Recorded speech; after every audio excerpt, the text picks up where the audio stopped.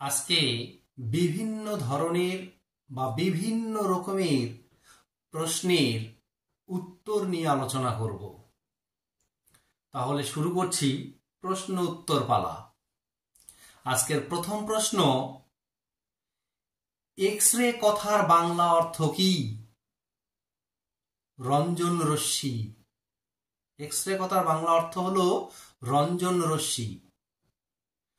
পরের প্রশ্ন, বাংলায় ভাদ্র বউ মানে কি?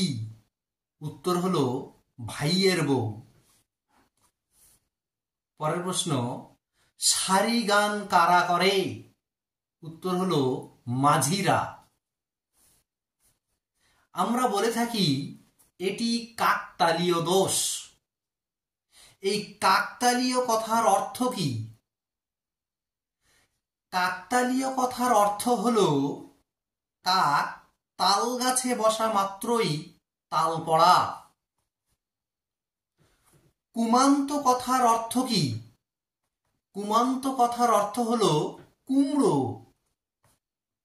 বাউল শব্দটি কোন সংস্কৃত শব্দ থেকে এসেছে? বাতুল শব্দ থেকে। ভারতে প্রথম গান রেকর্ড হয় কোথায়? উত্তর হলো কলকাতায়। ভারতের প্রথম গান রেকর্ড হয় কলকাতায়। কার গান রেকর্ড হয়? গওহরজানের গান রেকর্ড হয় প্রথম গওহরজানের গান রেকর্ড হয়। কোন কিংবদন্তি সঙ্গীত শিল্পী প্রয়াত হওয়ার পর মৃত্যুর পর ভারত সরকার দুদিন পাবলিক হলিডে ঘোষণা করেছিলেন?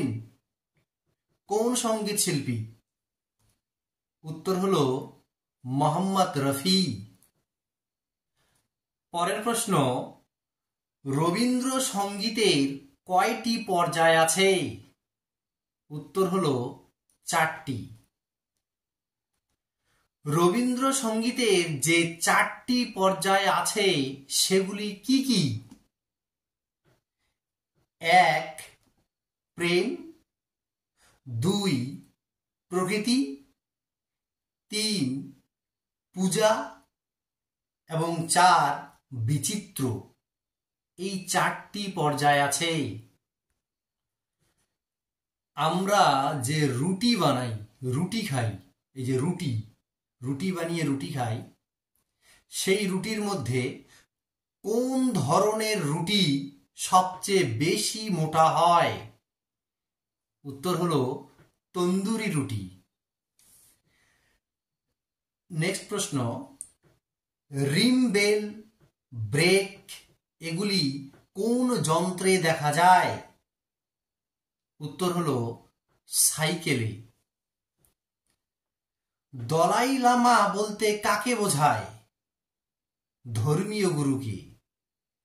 সুরের এক অর্থ হলো কণ্ঠস্বর, অপর অর্থ কি? উত্তর হলো দেব অমর। ভারতীয় পোস্টাল স্ট্যাম্পে কোন মহিলার ছবি প্রথম দেখা যায়? উত্তর হলো মীরাবাই। প্রথম বিবাহ বার্ষিকীকে ইংরেজিতে কি বলে? উত্তর হলো পেপার অ্যানিভার্সারি। পরের প্রশ্ন, সাদা সোনা কি? উত্তর হলো সোনার সাথে সাদা ধাতুর সংকর মিশ্রিত রূপ ই হলো সাদা সোনা।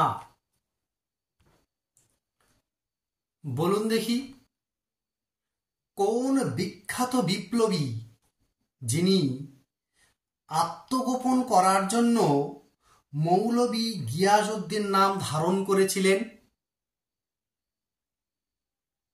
এর উত্তর হলো নেতাজি সুভাষচন্দ্র বোস।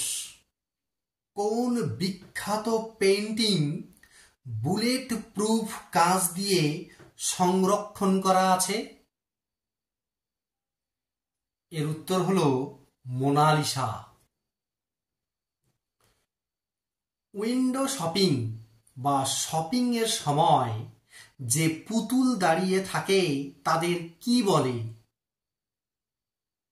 উত্তর হলো তাদেরকে মনি কুইন বা ম্যানি কুইন বলে। কোন পাখি উড়তে পারে না? উত্তর হলো বাচ্চা পাখি। পপ মিউজিক এর পপ কথাটি কোথা থেকে এসেছে? পপুলার শব্দ থেকে। পরের প্রশ্ন, চক্রবর্তী পদটি আসলে উপাধি। এই চক্রবর্তী কথাটির অর্থ কি? এই চক্রবর্তী কথাটির অর্থ হল বহু বিস্তৃত রাজ্যের অধিপতি। কথায় আছে once in a blue moon. এই ব্লু মুন আসলে কি? ব্লু মুন হল ক্যালেন্ডারের একটি মাসের দ্বিতীয় পূর্ণ চাঁদ। ডিগি তবলার গোল কালো অংশটিকে বলে গাপ। এই গাপ তৈরির ক্ষেত্রে কিসের উপস্থিতি একান্ত প্রয়োজন? উত্তর হলো গুঁড়ো লোহা। আমরা বলে থাকি ফোক বা ফক। এই ফোক কথার প্রকৃত অর্থ কি? উত্তর হলো অনেক মানুষ একসাথে থাকার গান। বাংলা সঙ্গীতের অন্যতম দিকপাল হলেন হেমন্ত মুখোপাধ্যায়। এই হেমন্ত মুখোপাধ্যায়ের জন্মস্থান কোথায়? উত্তর হলো বেনারস। বাংলায় গুগলি বলতে বোঝায় একটি প্রাণী। এই প্রাণীটি কোথায় থাকে? জলে। দুলকি চাল বলতে কার চাল? উত্তর হলো ঘোড়ার চাল। গুরু পূর্ণিমা কোন বিখ্যাত কবির জন্মতিথিতে পালন করা হয়? উত্তর হলো ব্যাসদেব। শিয়ালদহ উড়ালপুলটি কোন বিখ্যাত মানুষের নামে নামাঙ্কিত? বিদ্যাপতি, অর্থাৎ বিদ্যাপতি সেতু। বাংলা ব্যাকরণের একটি অন্যতম বিষয় হলো সন্ধি। এই সন্ধির সন্ধি বিচ্ছেদ করলে কি হয়? উত্তর হলো সম যুক্ত ধি। দন্তস্ব ময় হসন্ত সম যুক্ত প্লাস ধি ধয় শিকারে ধি, সম যুক্ত ধি। দ্রব্য ইজিক্যাল টু প্রকৃতি ইজিক্যাল টু ঈশ্বর, অর্থাৎ দ্রব্য ইজিক্যাল টু প্রকৃতি ইজিক্যাল টু ঈশ্বর, এই কথাটি কে বলেছিলেন? দার্শনিক স্পিনোজা।